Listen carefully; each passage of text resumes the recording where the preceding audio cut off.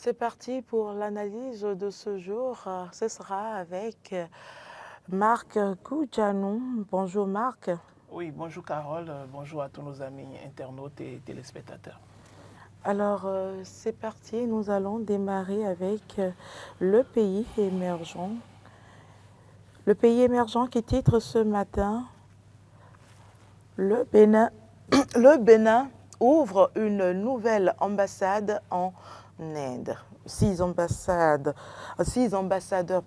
ont été nommés par le président Patrice Talon. Marc Koudjanou. Oui, il faut dire que le chef de l'État a décidé de renforcer la position diplomatique du Bénin dans certains pays. Et lorsqu'il s'agit de changer également certains ambassadeurs, ça rentre également dans la même dynamique. Il faut reconnaître qu'en Inde, on n'avait plus d'ambassade et donc avec la nomination d'un nouveau ambassadeur, je pense que ça va permettre au Bénin de renforcer ses liens de coopération avec l'Inde, qui est un grand partenaire. Il faut remarquer que l'Inde, en matière de nouvelles technologies, est un pays très avancé, malgré leur population qui est assez pléthorique. Cela n'empêche pas que sur le domaine technologique, c'est un pays qui regorge de beaucoup de ressources humaines, de beaucoup de technologies également. Et ils viennent également, ils ont cette possibilité de pouvoir aller également chercher certaines matières premières dont ils ont besoin ici également chez nous, un peu partout en Afrique.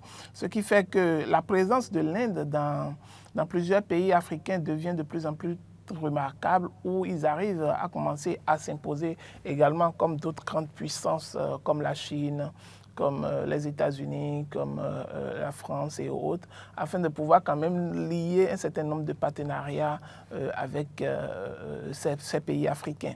Et donc, je pense que le rôle et l'objectif principal, c'est de pouvoir effectivement renforcer les liens entre les deux pays, nouer des partenariats économiques, d'autres partenariats, même des partenariats militaires également, parce que lorsqu'on entend parler de l'Inde, la plupart des citoyens, de tous les gens qui ne sont pas assez informés pensent juste au bouddhisme, on pense peut-être au côté spiritualiste de ce pays-là, mais ils oublient que c'est un pays qui regorge de beaucoup d'intellectuels, de beaucoup de spécialistes, surtout dans certains domaines où même la ressource humaine, elle est très rare.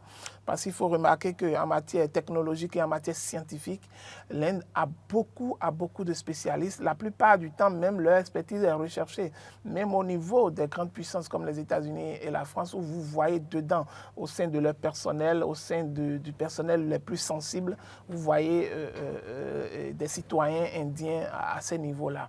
Et donc, en matière de la production de certaines ressources également, l'Inde est très présent et permet quand même de pouvoir nourrir un certain nombre de partenariats qui puissent quand même aider certaines entreprises ou bien certaines grandes entreprises à pouvoir s'installer dans des pays africains afin de participer à la transformation d'un certain nombre de produits. Il y a beaucoup de produits, par exemple, qui proviennent d'Inde et dont on ignore peut-être, on pense que peut-être ça quitte la Chine ou que peut-être ça quitte le Pakistan ou également d'autres pays de l'Asie, mais l'Inde est très riche, Et aujourd'hui, on a constaté que le PIB de l'Inde a commencé par augmenter au fil des années, de telle sorte que l'Inde est en train d'accroître son économie.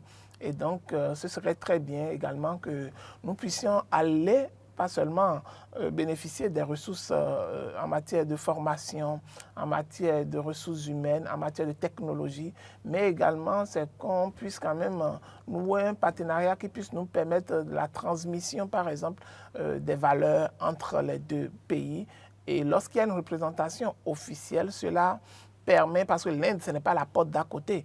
Et donc, quand il y a une représentation diplomatique qui est accréditée là-bas, ça permet une bonne communication entre les deux États. Ça permet de mieux mettre en place les politiques liées au partenariat entre ces deux pays-là. Je pense que c'est une bonne chose. Et il faut remarquer que d'autres ambassadeurs également ont été nommés de part et d'autre. Au Qatar, il y en a eu également, en Arabie Saoudite également. Et donc, je pense que c'est très bien que le chef de l'État ait pensé quand même à améliorer les choses, à renforcer beaucoup plus son partenariat avec les autres pays également. En tout cas, une chose est sûre, c'est le Bénin qui en sort gagnant parce que nouer des partenariats avec d'autres pays, ça renforce les liens et ça permet également les transferts de compétences puisqu'il y a des compétences que nous n'avons pas forcément au Bénin. Et certains pays sont déjà dotés de ces compétences-là. Et c'est toujours bon de pouvoir puiser de leurs sources pour pouvoir quand même mieux servir notre pays. Nous allons parler à présent santé. L'événement du jour qui titre Maintien au poste du personnel de santé au Bénin. Talon gâte les praticiens spécialistes, médecins spécialistes et généralistes. Oui, je pense que ce serait... Des mesures incitatives prises en leur faveur. Je pense que les spécialistes, praticiens, les médecins spécialistes et généralistes qui exerçaient déjà en tout cas au niveau du ministère de la Santé, ont déjà capitalisé un certain nombre d'expériences. Et ce serait quand même un peu bizarre de pouvoir quand même les laisser partir. Et donc, c'est toujours bien de pouvoir les maintenir à leur poste parce que nous en avons assez, mais il n'y en a pas assez qui restent au pays pour pouvoir travailler compte tenu d'un certain nombre de conditions qui ne les arrangent pas.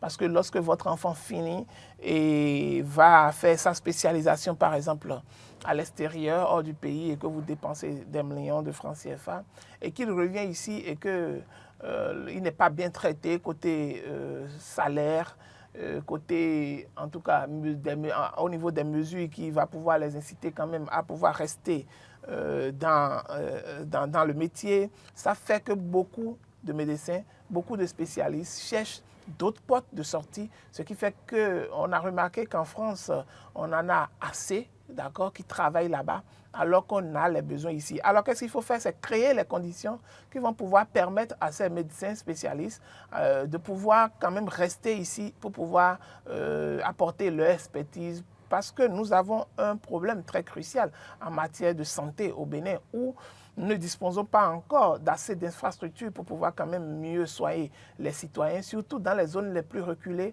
où généralement la plupart de ces médecins spécialistes et autres n'aiment pas aller parce que ce sont des zones très reculées, ils n'ont pas peut-être forcément le confort qu'ils espèrent dans ces zones-là, ils n'ont pas le soutien ou les mesures incitatives pouvant leur permettre de pouvoir bien s'installer dans ces zones-là. Et donc, lorsque vous allez dans certaines zones reculées, c'est qu'il n'y a pas de spécialistes généralement. Il n'y en a pas. Lorsqu'il y a des cas d'urgence, on est obligé de les transférer vers des hôpitaux de référence qui sont un peu proches, alors que parfois, il y a des urgences qui nécessitent peut-être des interventions immédiates où ça ne doit pas durer au-delà de 20 minutes, 10 minutes ou 15 minutes ou même 30 minutes, alors qu'on doit transporter le malade sur des heures d'abord avant qu'il n'atteigne peut-être Cotonou ou avant qu'il n'atteigne les CHD par exemple. Et donc, c'est très important de pouvoir quand même maintenir ceux qui sont là, ceux qui ont cette volonté-là, cette envie de pouvoir rester dans la corporation, de pouvoir se donner pour leur pays et donc et trouver des conditions qui puissent quand même les ménager pour leur permettre quand même de ne pas forcément aller chercher d'autres portes de sortie ailleurs. Parce qu'il faut reconnaître qu'ailleurs, ils sont bien payés, ils sont bien traités et c'est ce qui les amène d'ailleurs à quitter le pays et à aller servir ailleurs. Mais il y a certains qui, compte tenu du patriotisme et de l'amour pour leur pays, décident quand même de servir. Il y a des spécialités, par exemple, où vous ne retrouverez pas deux médecins ou 3 médecins dans cette spécialité-là. Et donc, il est important de pouvoir maintenir ceux qui, aujourd'hui, sont dans cette dynamique-là, de pouvoir rester et de pouvoir continuer quand même à soutenir ces populations vulnérables-là, où on sent que le besoin en personnel de santé est très criard, le besoin en infrastructure de santé est également très criard, et donc ce ne serait pas le moment de laisser fuiter, de laisser partir ceux qui sont déjà là et partagent les mêmes expériences avec les populations, qui apportent leur expertise au niveau du ministère de la Santé. Et donc ce serait bien quand même de pouvoir les garder, de pouvoir les aider également à avoir de meilleures conditions avoir de meilleures conditions afin de pouvoir donner le meilleur d'eux-mêmes. C'est ce qu'on peut demander, c'est ce qui est louable pour le pays et que l'État pense également à mettre plus rapidement en marche le chic qui est ici à Bomey-Calavi afin de pouvoir permettre aux populations d'alléger un peu les peines. Parce qu'il y a un aspect qui concerne en réalité le travail que fait ces spécialistes-là, que la plupart des populations ignorent. C'est pourquoi moi je dis, lorsque vous avez des mots, d'accord, qui à un moment donné n'arrivent pas à trouver satisfaction et que vous parcourez les cliniques... Quand vous souffrez des mots. Quand vous souffrez des mots, voilà. oui, et que vous passez de clinique en clinique, parfois, quand c'est un mal qui est très ancré ou qui est très évolué déjà, c'est que vous ne pourrez pas trouver satisfaction dans certaines cliniques. Ça, osons le dire. Et c'est pour ça qu'en réalité, la plupart de ces cliniques sont dotées, par exemple, d'ambulances ou bien font appel aux sapeurs-pompiers ou au SAMU pour pouvoir transporter le plus rapidement possible les malades. Alors que lorsque il y a des spécialistes, d'accord, de chaque domaine qui sont dans nos hôpitaux publics. D'accord? Alors, lorsque vous avez un mal, que vous sentez que lorsque vous passez d'une clinique à une autre, vous n'arrivez pas à trouver satisfaction, le mieux c'est d'aller dans un hôpital public. Parce qu'il y a ces spécialistes-là qui sont là et c'est les seuls, d'accord, qui sont au Bénin et qui peuvent traiter vos maux. D'accord, donc c'est important de pouvoir y aller. Mais lorsque parfois les populations disent, bon, je ne veux pas aller dans le public, je ne veux pas aller dans le privé, mais lorsque vous allez dans le privé et que ça tourne mal, voilà. Toujours est-il qu'on vous envoie vers le public. Oui, on vous envoie toujours vers le public. C'est pour vous dire qu'en réalité, que pour les plus grandes spécialités qui existent, c'est dans les publics. Et que les meilleurs spécialistes voilà, exercent dans la fonction publique. Exercent dans la fonction publique. Donc, lorsque vous constatez que ça ne va pas à un niveau donné, le mieux, c'est d'aller faire les analyses, d'aller faire les contrôles là-bas, de patienter peut-être, parce que compte tenu de l'affluence. Vous venez de le constater, Marc, avec moi. Il y a Henri Yobodé qui nous a rejoints sur ce plateau. Bonjour, Henri. Il n'était pas le seul à le constater, il y a aussi les téléspectateurs. Alors, je ne savais pas que grâce à Marcel, les téléspectateurs l'ont déjà constaté. Bonjour Marc, bonjour. Oui, bonjour Henri. Carole, bienvenue. Oui, merci beaucoup. Bonjour à tous les téléspectateurs. Alors, on se prononçait sur le maintien au poste des personnels de santé au Bénin. Talon gâte les praticiens spécialistes, médecins spécialistes et généralistes. Mais écoutez, il fallait le faire. S'il ne le faisait pas avant de finir son mandat, ce serait un péché. Parce que vous savez quoi, aujourd'hui, avec tous les efforts qu'il fournit, son gouvernement fournit, et avec tout ce qui est engrangé dans le secteur de la santé, pour que les populations aient des soins de santé appropriés, adaptés, eh bien, ne pas travailler à garder donc les spécialistes, les professionnels des domaines de la santé, je crois que ce sera du gâchis. Parce que le constat est fait aujourd'hui et on peut le démontrer. Quand vous prenez donc, vous êtes allé loin même en parlant de CNHU, il faut parler donc juste de l'hôpital de zone qui est devenu centre national universitaire, la Bomey-Calavi, qui est juste en face donc de Chic. Quand vous allez là, il y a combien de spécialistes là? Ben, ils sont sollicités par les privés également et ils ont des rendez-vous, des engagements hors pays. Donc aujourd'hui, travailler à ce que ces spécialistes-là restent au Bénin, s'asseyent au Bénin, entre griffes, vous parlez comme si, s'asseyent au Bénin pour faire face aux maux qui minent le secteur. Je crois que c'est une très belle initiative qu'il faut saluer de la part donc, du gouvernement étalon. Je crois que il est en train, quand on prend certains secteurs, le secteur de la santé reste un secteur sur lequel il mine beaucoup. Donc, pourquoi ne pas travailler à ce que, également, à part ces spécialistes-là, que tous ceux qui ont reçu de formation et qui sont à même d'offrir des soins de qualité aux populations citoyennes, qu'on travaille à les garder au Bénin. Il y a eu une vidéo entre-temps qui est devenue virale qui a montré qu'il y a plus de Béninois qui travaillent dans les centres de santé en France qu'au Bénin. Pourquoi? Vous allez vous demander pourquoi? Parce que tout simplement, il y a des conditions de travail qui ne sont pas réunies. Et aujourd'hui, si Talon, avec cette initiative, la Talon arrive donc à leur accorder ces conditions de travail-là, il y a déjà un pas. L'autre chose, c'est que pourquoi ils vont? Parce que, oui, ils veulent aussi ils ont fait de grosses études, si vous voulez, hein, et à la fin, c'est pour également avoir donc de grandes rétributions, si vous voulez, de grandes rémunérations.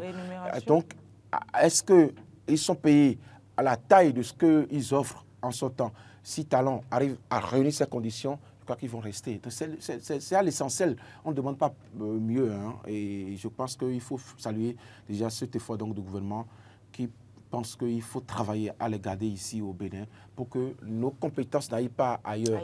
Qu'on n'aille pas chercher d'autres compétences ailleurs pour venir travailler sur les Béninois. Parce qu'il y a ça aussi. Quand les compétences béninoises bien sûr, n'arrivent pas à trouver les bonnes conditions de travail ici, ils sont obligés d'aller ailleurs. Et pas finir qu'elles sont faites, c'est d'aller chercher d'autres compétences dans d'autres pays pour venir servir ici. Donc, je pense que le gouvernement est à saluer par rapport à cette initiative-là. Voilà, nous allons poursuivre avec le même quotidien qui parle de fortes spéculations sur le prix du ciment au Bénin. La ministre de l'Industrie et du Commerce rappelle à l'ordre les vendeurs ou revendeurs véreux. Voilà. Marc Goudjanou. Il y a des revendeurs qui grusent la population. Oui, je pense que ça fait partie aujourd'hui des produits de première nécessité. Oui. Même si ce n'est pas un produit alimentaire. Oui, ce n'est pas du consommable. Voilà. Voilà, donc c'est un produit qui est quand même prisé par les Béninois parce que la considération du Béninois du foncier est différente. Voilà. De la considération du foncier par d'autres pays où le Béninois, son plus premier souci, c'est d'aller construire chez lui, d'aller construire quelque part, ou même si c'est construit et loué. Donc aujourd'hui, ça fait que la demande, elle est très forte en matière de ciment au Bénin. Et donc les commerçants ou les revendeurs en profitent, ils profitent de la demande qui est forte pour pouvoir spéculer un peu sur les prix. Lorsque vous prenez ça dépend de certaines zones. Lorsque vous allez dans certaines zones, le prix est tellement exorbitant. Lorsque vous allez dans d'autres zones, même dans les périphéries de Cotonou et autres, où il y a les prix qui sont qui montent vraiment très haut. Et donc, il faille que le ministre, à un moment donné, même dans un passé récent, il y a eu une chasse farouche contre la spéculation des prix du ciment. Et surtout au nord. Et surtout au nord. Et donc, il y avait des contrôles très réguliers, il y avait même des fermetures de magasins, il y avait eu des saisies. Et donc, je pense que le ministre, d'abord, la ministre a déjà commencé par les informer. D'accord, c'est une période, c'est une façon de pouvoir les sensibiliser à abandonner cette pratique-là qui n'honore pas le domaine. Et donc, ça permet également aujourd'hui à tous ces commerçants véreux d'être avertis pour savoir que tôt ou tard, ils seront pris. Ils seront pris. Et donc, la ministre a commencé déjà par les exhorter à se ranger, à mettre les prix, d'accord, conformément aux grilles qui sont fixées par les grossistes et donc de pouvoir le faire. Sinon, en réalité, les gens vont nouer le besoin, la nécessité de commencer peut-être par aller chercher les produits dans certains pays voisins. On en a eu des cas où parfois ceux qui sont un peu limitrophes au Nigeria vont aller chercher le ciment Dangote parfois pour amener ici pour utiliser parce que la surenchère était telle qu'ils y n'arrivaient pas. Parce que dans le même temps où on vous vend peut-être la tonne à 90 000, à 95 000 ici, et voilà, ça allait même jusqu'à 100 000, alors que peut-être au Nigeria, à côté, ils ont un prix relativement moins, et même vers la moitié, presque la moitié même du prix. Donc, parfois, les populations risquent leur vie et risquent parfois, je dirais, prennent tous les risques possibles pour pouvoir quand même aller chercher ces ciments-là ailleurs. Donc, je pense que la ministre est dans son rôle. Elle attire déjà l'attention des revendeurs sur le danger qu'ils courent déjà en faisant cette spéculation-là. Comme ça, lorsqu'ils seront pris dans les mailles du ministère du Commerce, ils n'auront que des yeux pour pleurer pour eux-mêmes. Parce que là, ils auront été avertis. Il y a eu des contrôles qui ont été faits souvent. Il y a eu des sommations pour leur dire, OK, arrêtez de pratiquer tel prix. Quand on va vous prendre, ça ne sera qu'à vos risques et à vos dépens. Et on ne parle pas de petits prix, hein, parce que la tonne de ciment, vous voyez, ça va déjà au-delà de 80 000 parfois. Ouais. Et lorsqu'on vous ferme, vous voyez l'incidence financière que cela va vous créer. Oui, Il vaut tout à mieux rester dans les la normes pour légalité, éviter quand même voilà. de subir cette rigueur de la loi, parce que ça ne sert à rien. Il vaut mieux vendre de façon honnête que de le faire de façon malhonnête, alors que même que les gains que vous aurez, peut-être que ça ne vous profitera pas toujours. Henri? Non, il n'est pas trop tard pour mieux faire. Parce que ce communiqué-là du ministre, de la ministre du Commerce vient porter donc un coup de massue donc, sur ce que nous observons. Il faut faire noter que quand vous allez dans les magasins, ceux qui vendent les ciments, ils vous affichent le prix normal, le prix qui est indiqué. On affiche ça, c'est même collé donc à la porte pour dire que voici ce que nous pratiquons. Mais en réalité, quand vous rentrez à l'intérieur, on dit non, c'est pour les autorités que nous avons affiché ce prix-là.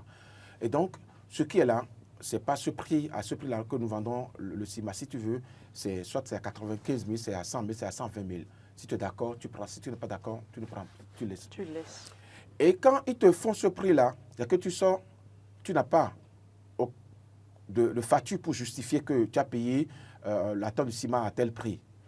Et donc, quand le contrôle vient, c'est pourquoi très souvent je demande aux autorités pour faire les contrôles, il ne faut pas s'habiller comme Mac ce matin, il faut se promener comme un citoyen lambda lambda qui vient acheter. D'accord, qui vient acheter. Ou même en maçon, tout simplement. En maçon. Vous allez découvrir la réalité des choses. Ouais. Parce que quand vous avez tout ce que vous avez comme accoutrement, ils savent que oui, ça c'est un contrôleur qui est là. Et donc, il s'arrange pour être à jour vis-à-vis du contrôleur et du pâte.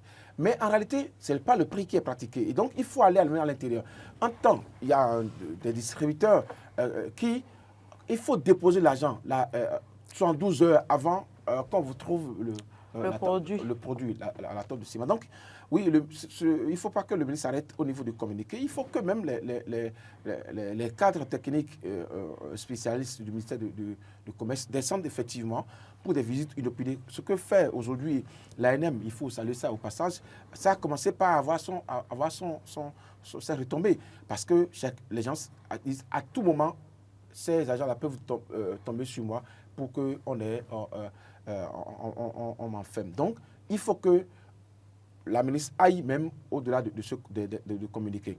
Et l'autre chose, c'est que le prix qu'on pratique là, tout le monde connaît le prix. C'est pas qu'on ne connaît pas, on connaît le prix. Mais comment se fait-il que celui qui vient revendre demande à en rajouter? C'est-à-dire qu'il y a un problème quelque part au niveau du circuit. Parce que quand je prends Porto-Novo, le prix qui est pratiqué à Porto-Novo sur la tonne de ciment, ce n'est pas le même prix qui est pratiqué à Cotonou. Parce qu'il y a les frais de voyage qui sont encore moins au nord. Mais comment se fait-il que même en étant dans le même rayon, que le prix ne soit pas le même? C'est ça qui pose problème. Quand vous êtes à Accepte, par exemple, on peut vendre la tonne de ciment à 120 000 francs. D'accord? À 120 000 francs, le gars dira que oui, non, écoute, moi j'ai fait déplacer ça pour mon magasin. Et donc, il y a que les prix de voyage se rajoutent encore à ce que... le transport, les frais de transport, bien sûr. Donc, la ministre n'a qu'à diligenter donc, ces cas techniques qui sont sur le terrain, descendent carrément sur le terrain et qu'ils... Excusez. Vous avez un chat dans la gorge. Qu'ils aillent même au-delà même du communiqué. C'est vous qui avez contaminé notre cher Henri. C'est vrai que ce matin... J'espère que le chat ne va pas sauter de chez vous vers ma gorge. En tout cas, s'il y a une gorge libre à occuper. Finissez avec votre idée. Je demanderais que les cas techniques aillent au-delà de ce communiqué-là, des descentes inopinées, qui ne s'habillent pas en technicien, mais plutôt en simple... Pas en technocrate. En technocrate. Et puis ça va permettre de découvrir la réalité des choses. Parce que là, c'est ça également la chose aujourd'hui. Parce que les citoyens ont besoin de ces ciments-là pour construire. Et la surenchère est là. Nous allons parler du droit des enfants au Bénin à présent avec le Chasseur Info. Droit des enfants au Bénin, talent pour 0 enfant en détention. Talent pour 0 enfant en détention. Mac Goudjano. Oui, il faut dire, c'est vrai que les enfants, lorsqu'on parle des enfants, il y en a qui sont parfois dans des situations très difficiles où ils commettent parfois des infractions ou des impairs qui les amènent parfois à des détentions préventives et même parfois au-delà. Et donc, il faut que le chef de l'État réfléchisse forcément à la question et a vu qu'il faut trouver des mesures pour pouvoir quand même mieux recadrer ces enfants-là. Ailleurs, il y a des centres de redressement qui existent pour pouvoir permettre à ces enfants qui sont dans les mailles de la justice de pouvoir quand même trouver d'autres portes de sortie, de pouvoir les travailler psychologiquement au lieu d'aller les livrer, d'accord, à la détention, où on sait qu'en détention, il y a beaucoup de vices qui se développent encore dans le milieu carcéral, où parfois ces enfants seront alors corrompus par d'autres citoyens qui sont déjà en détention et qui sont même plus âgés et qui ont cette expérience-là et qui commencent alors à travailler psychologiquement ces enfants-là à ce qu'ils deviennent des délinquants total. Et donc, il faille quand même commencer par limiter les dégâts. Et moi, je pense forcément qu'il faut, tel que je l'ai dit, des centres de redressement. Il faut en disposer assez dans le pays pour pouvoir permettre la réadaptation de ces enfants-là, leur réorientation vers d'autres des types de formations. Parce que parfois, il y a des enfants de rue dedans, des enfants qui n'ont plus personne, des orphelins qui dorment dans les rues et qui arrivent à aller commettre des impairs parfois, où ils n'ont pas bénéficié de l'éducation d'un père ou d'une mère, où ils sont livrés à eux-mêmes, à la grande délinquance, aux juvéniles. Et donc, il faille déjà commencer par régler le problème à la base pour pouvoir trouver des centres qui puissent quand même les prendre en charge avant même qu'ils n'aillent commettre ces impairs-là, parce que tout part de là. Lorsque l'on remarque déjà qu'au niveau de certaines rues, au niveau de certains ponts ou sous certains échangeurs, il y a beaucoup d'enfants qui viennent dormir là, il y a des enfants sans domicile qui viennent là. Il faut déjà commencer par penser à comment faire la prise en charge de ces enfants-là à travers des centres de réadaptation et autres. Et lorsqu'on ne le fait pas, et qu'on les ignore à un moment donné, ces enfants deviennent des dangers publics pour la population. Et donc, les crimes, ce n'est pas seulement les grandes personnes ou bien les personnes majeures qui commettent des crimes. Ça dépend de l'environnement dans lequel l'enfant a grandi et ceux qui l'ont côtoyé et qui l'ont amené, qui l'ont travaillé psychologiquement à devenir peut-être un délinquant, alors que s'il avait bénéficié du soutien qu'il faut, de la réadaptation qu'il faut, de l'encadrement qu'il faut, peut-être il ne serait pas devenu cet enfant délinquant-là. Et donc, cette mesure du gouvernement doit partir également du fondement de la base où il faut penser à reprendre ces enfants de rue-là, à pouvoir leur trouver des centres de réadaptation avant même qu'ils ne deviennent des cas sociaux et jusqu'à être arrêtés et aller peut-être en prison. Et là, comme on est en train de vouloir éviter que cela aille à la détention, et donc on prendra également des mesures pour que lorsqu'ils seront en garde à vue, qu'il y ait des agents du ministère de la Famille, des Affaires sociales, qui puissent quand même discuter avec eux, qui les mettent en confiance et qui puissent leur trouver une porte de sortie quant à ce qui concerne leur réadaptation, à leur réinsertion dans la vie active. Et donc, ça va leur permettre quand même de voir la vie autrement, parce que c'est des enfants peut-être qui n'ont jamais eu cette chance-là de bénéficier de la scolarité, de bénéficier de l'instruction, de bénéficier de l'amour paternel ou maternel, parce qu'il y a des orphelins parfois parmi eux. Et donc, c'est ce qu'ils trouvent, ou bien c'est ceux qu'ils trouvent et qui les éduquent à leur façon. C'est ça ils deviennent pour demain. Et donc, il va falloir corriger. Je pense qu'il faut partir de la base. Et à la longue, nous allons constater qu'il y aura moins d'enfants délinquants dans nos rues. Il y a plusieurs causes. Ouais. Il y a aussi la monoparentalité qui est également oui, l'une exactement, des causes. Exactement. Voilà. Vous avez soulevé deux situations qui sont d'abord des situations sur lesquelles il faut travailler pour ne pas retrouver ces enfants-là en détention. Marc parlait donc de l'environnement et vous autres, vous parlez donc tout à l'heure de la monoparentalité. C'est des choses sur lesquelles il faut travailler. Ce n'est pas parce que, par exemple, quand il prend la monoparentalité, l'enfant se retrouve face peut-être à sa maman seule ou bien à son papa seul. Donc, papa peut-être aller au boulot et revenir à la maison, donc ne sait pas tout ce que l'enfant fait. La maman seule face donc aux défis familiaux et donc le reste, tout et tout. Mais il y a également l'écosystème dans lequel l'enfant est éduqué qui doit être aussi travaillé.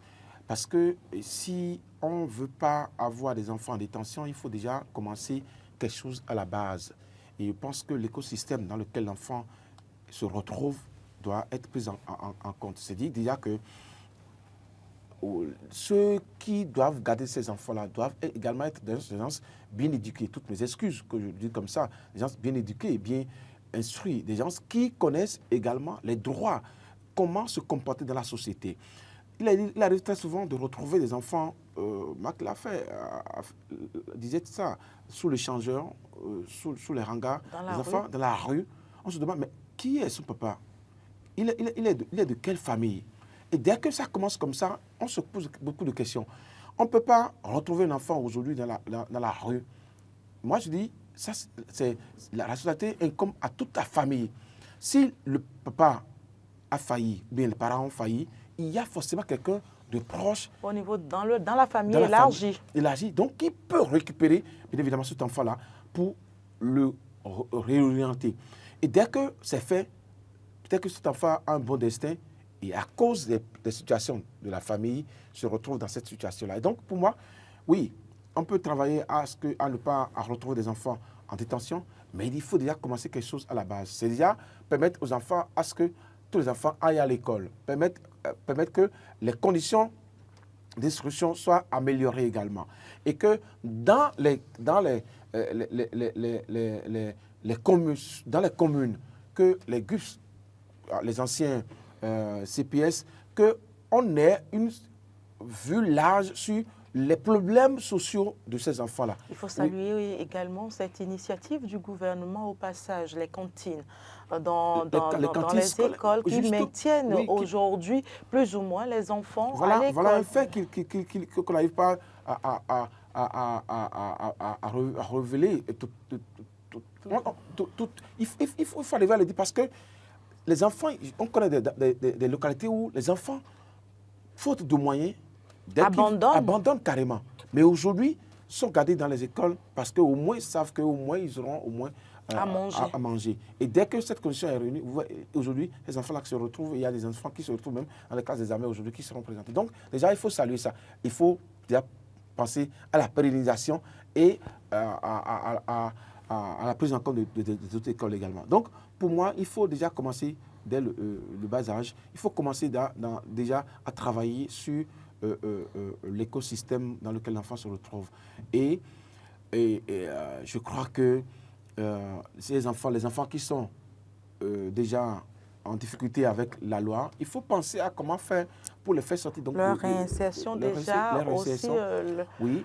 à mettre des dispositifs en place pour les instruire et au-delà de les instruire, qu'ils puissent apprendre un métier en étant peut-être gardés. C'est ce que recommande la Convention des Nations Unies relative aux droits de l'enfant, qui recommande d'abord qu'il faut prioriser, d'éviter la détention et de prioriser la réinsertion, par exemple, des mineurs. Et donc, notre ministère de la Justice, en partenariat avec l'UNICEF, a quand même initié cette mesure-là pour pouvoir trouver des mesures quand même qui puissent quand même sécuriser ces enfants-là, pour pouvoir leur permettre, au lieu que ça ne soit, que leur détention ne soit qu'en dernier ressort. C'est-à-dire, c'est une situation très inédite qui va amener quand même à pouvoir garder ces enfants. Sinon, qu'ils soient une menace pour la société. Exactement. Sinon, normalement, c'est la réinsertion qui est priorisée par tous les organismes de défense des enfants qui existent, que ce soit l'UNICEF, que ce soit l'ONU et ainsi de suite, pour pouvoir quand même permettre à ces enfants-là qui sont très vulnérables, et qu'il faut penser à quand même, puisque l'on a dit, l'environnement pénitentiaire qui est très criminogène, où ils n'ont pas cette possibilité-là de pouvoir quand même s'épanouir dans ce milieu-là, de pouvoir bénéficier d'une éducation en bonne et due forme de ce milieu-là, où il y a tous les vices. Et donc, ce serait mieux quand même de trouver une formule pour pouvoir quand même les réinsérer, les réadapter, et pour qu'ils puissent comprendre en réalité qu'ils sont utiles à la société. Ils sont utiles à la société. Nous allons, avant de parler politique, continuer dans le registre social, identification des personnes et des personnes au Bénin, la durée de validité du CIP passe bientôt à 5 ans. C'est l'affiche du jour qui en parle ce matin. J'estime que c'est une bonne initiative pour les populations. Oui, il faut dire que le CIP a commencé par entrer dans les habitudes des Béninois où aujourd'hui l'ancienne carte d'identité n'existe presque plus, à moins pour ceux qui ne sont pas encore expirés et qui l'ont déjà. Même parfois, même quand ils l'ont, ils ont perdu l'habitude de l'utiliser. Et donc, ils préfèrent utiliser le CIP ou la carte biométrique. Il faut dire qu'en temps, le CIP, c'est à 2 ans, je pense. Et donc, si c'est toujours à 2 ans maintenant. La réforme est en cours. Si on envisage déjà d'étendre cela à 5 ans, ce serait très bien également parce que ça va permettre d'avoir, en tout cas, une... J'espère qu'il n'y aura pas un impact sur le prix que les populations payent déjà. Oui, normalement, il ne devait pas avoir d'impact, normalement, parce que si, à moins qu'on change le format, il se peut qu'on change le format parce que le format qui est disponible aujourd'hui, par exemple, c'est un format numérique où vous devez tirer et plastifier pour pouvoir utiliser cela. Maintenant, si on ramène ça à un format biométrique, d'accord, comme l'autre carte, comme la carte biométrique par exemple, ça demanderait plus de coûts, d'accord, de réalisation. Et donc, c'est d'autant normal que l'on puisse passer à un autre coût lorsqu'on va changer de format. Parce que l'autre chose, c'est que l'autre, c'est tiré par chaque personne. Et la personne peut aller plastifier ça pour pouvoir utiliser. Et donc, le coût est minimisé là, à ce moment-là. Mais lorsqu'il s'agira de pouvoir mettre en place un dispositif ou une machine qui va pouvoir quand même éditer les cartes pour pouvoir les distribuer aux citoyens, fait forcer que le coût va relativement changer, à moins qu'on maintienne le même système et qu'on change juste la validité. Je pense que ce serait le mieux. Quel est ce souhait là-bas? Pas souhaiter qu'on change le coût. Ou bien aux populations. Non, je dis s'il y a d'amélioration, par exemple. Sur les la mêmes preuve, la carte informations. biométrique, est-ce que c'est au même prix? Non. Non. La carte biométrique, par exemple, ce n'est pas au même prix. À cause de la pourquoi? matière. C'est ça, je dis. La matière, c'est justement ça, je dis. Mais Henri est en train de dire qu'on peut ne pas augmenter le coût, c'est-à-dire que le gouvernement peut prendre cela en charge. Oui, non, il n'a pas dit ça, il dit on garde bon, le même autrement format. Dit, je traduis en mots ses intentions sur ce plateau. Ou bien, c'est ça. On garde le même format et on augmente juste la durée de validité. Je traduis juste son intention. J'ai compris son intention, je le voyais venir en fait. Allez-y. On est dans une dynamique d'amélioration, d'accord, de performance. Et donc, quand on est dans l'amélioration, c'est qu'on pourrait passer du fait que les citoyens eux-mêmes vont tirer et que c'est l'ANIM qui va désormais mettre à disposition les cartes. Henri, poursuivez. Henri, vous avez la parole. Écoutez, vous avez la parole. C'est bien déjà. Moi j'ai découvert cette affaire-là. Écoutez, j'utilisais donc le CIP, mais je n'ai jamais fait attention à la durée de validité. Et c'est dans des choses que on m'a dit non, que c'est 2 ans. Et dit attention, cette affaire-là, il faut que ça ne permet pas aux citoyens de vivre, d'en profiter pendant un bon moment. Profiter dans le moment. Donc, il faut, parce qu'aujourd'hui, quand les vieilles dames vont pour demander des prêts, c'est ça, elles utilisent. Oui. Et donc, il faut déjà accorder donc plus de temps de validité. Donc, le fait, c'est déjà bien. Il faut remercier donc les responsables de l'ANIP qui ont pensé à cela. Mais au niveau du coût, il ne faut pas changer le coût. Il ne faut pas changer le coût. Il a fini par le dire. Il ne faut pas changer le coût. Ça aucune modification ne pourrait faire augmenter le coût. Non, gardez le coût comme ça. Parce qu'aujourd'hui, même la petite fille qui naît aujourd'hui a besoin donc de CIP. Et donc, c'est rentré dans les habitudes des hommes. C'est utilisé plus que même l'ancienne carte d'identité. Donc, pourquoi changer le coût? Ça va encore donner le fil à retordre aux citoyens. Pour moi, c'est que... Et puis, les populations n'auront plus cet engouement-là pour aller... Bon, justement, c'est là où je voulais quand même faire un peu le rapport. Parce que, vous savez, il y a la carte biométrique. D'accord?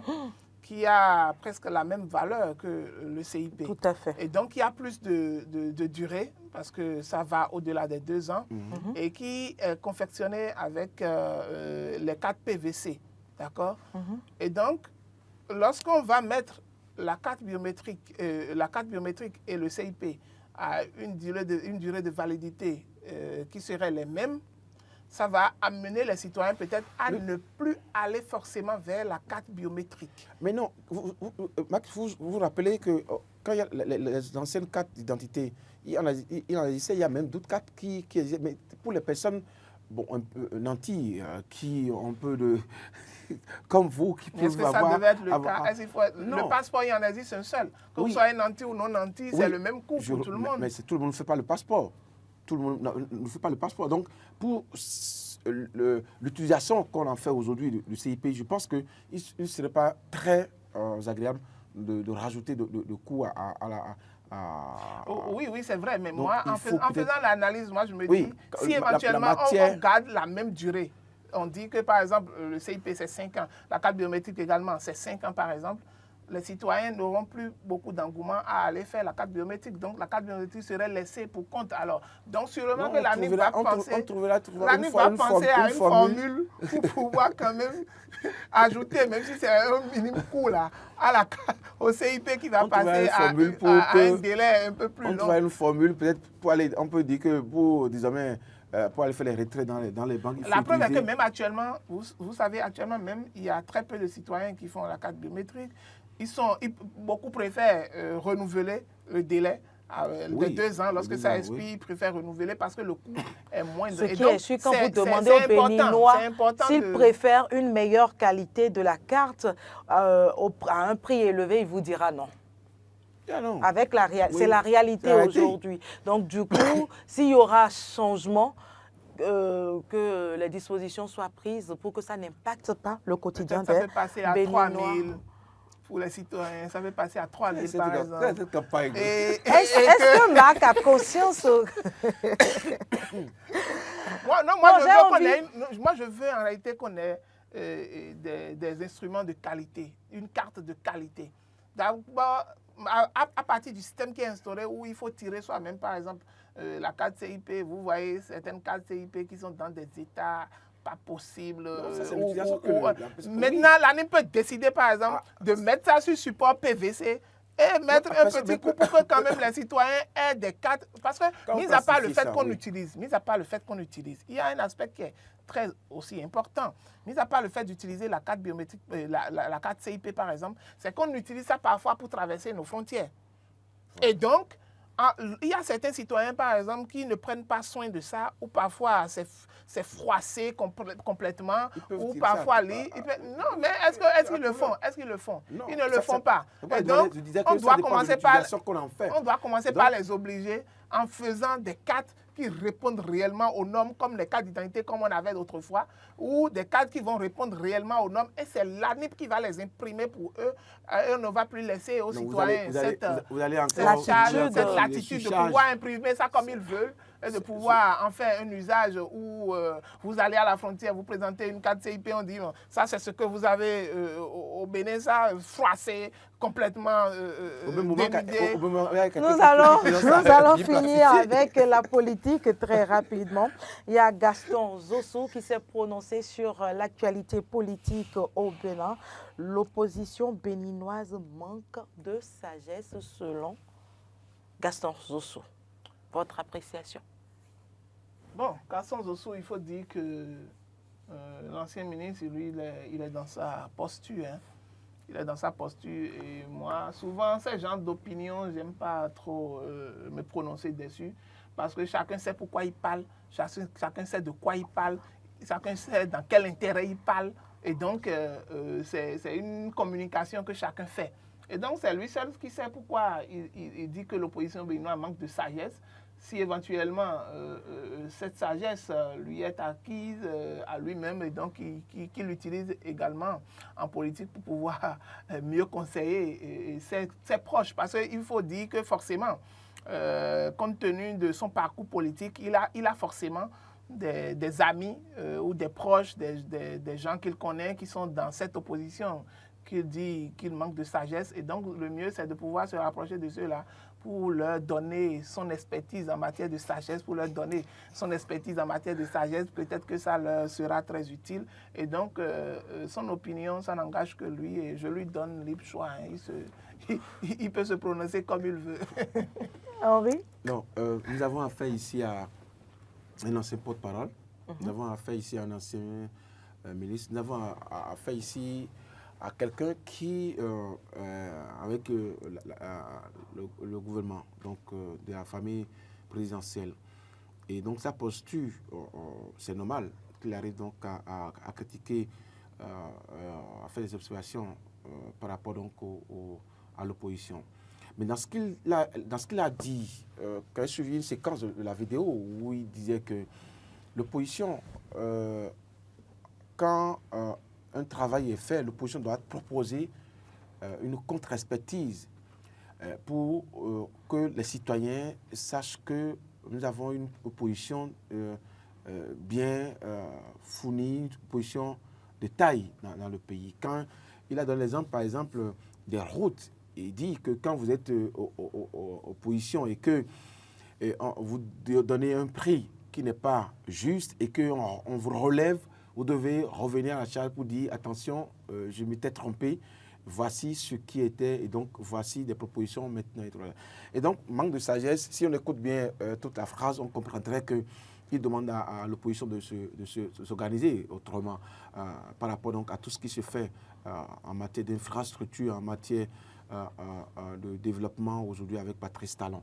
Et pour lui, l'opposition qui est en face de Patrice Talon manque de stratégie, manque de dynamisme, manque de réflexion, manque de tact pour faire tomber certaines choses, certaines réflexions au niveau de la classe présidentielle. Quand il donne des exemples, il dit par exemple que les personnes de la route, ce qui est fait aujourd'hui, que entre-temps, ce n'est pas une pellicule qu'on fait aujourd'hui. Et donc, il faut que l'opposition arrive à dire, mais écoutez, entre-temps, quand Patrice Talon n'était pas là, il y a des routes qui ont été réalisées. Voici les caractéristiques de ces routes-là. Donc, pour le faire tomber, lui, Gaston Dosso. Donc, lui, il se retrouve en face d'une opposition qui n'a pas, pour lui, qui n'a pas... qui ne fait que critiquer. Critiquer, mais qui n'apporte pas des justificatifs donc, par rapport à certaines actions. Donc, pour moi, oui, sagesse, il sait ce qu'il dit.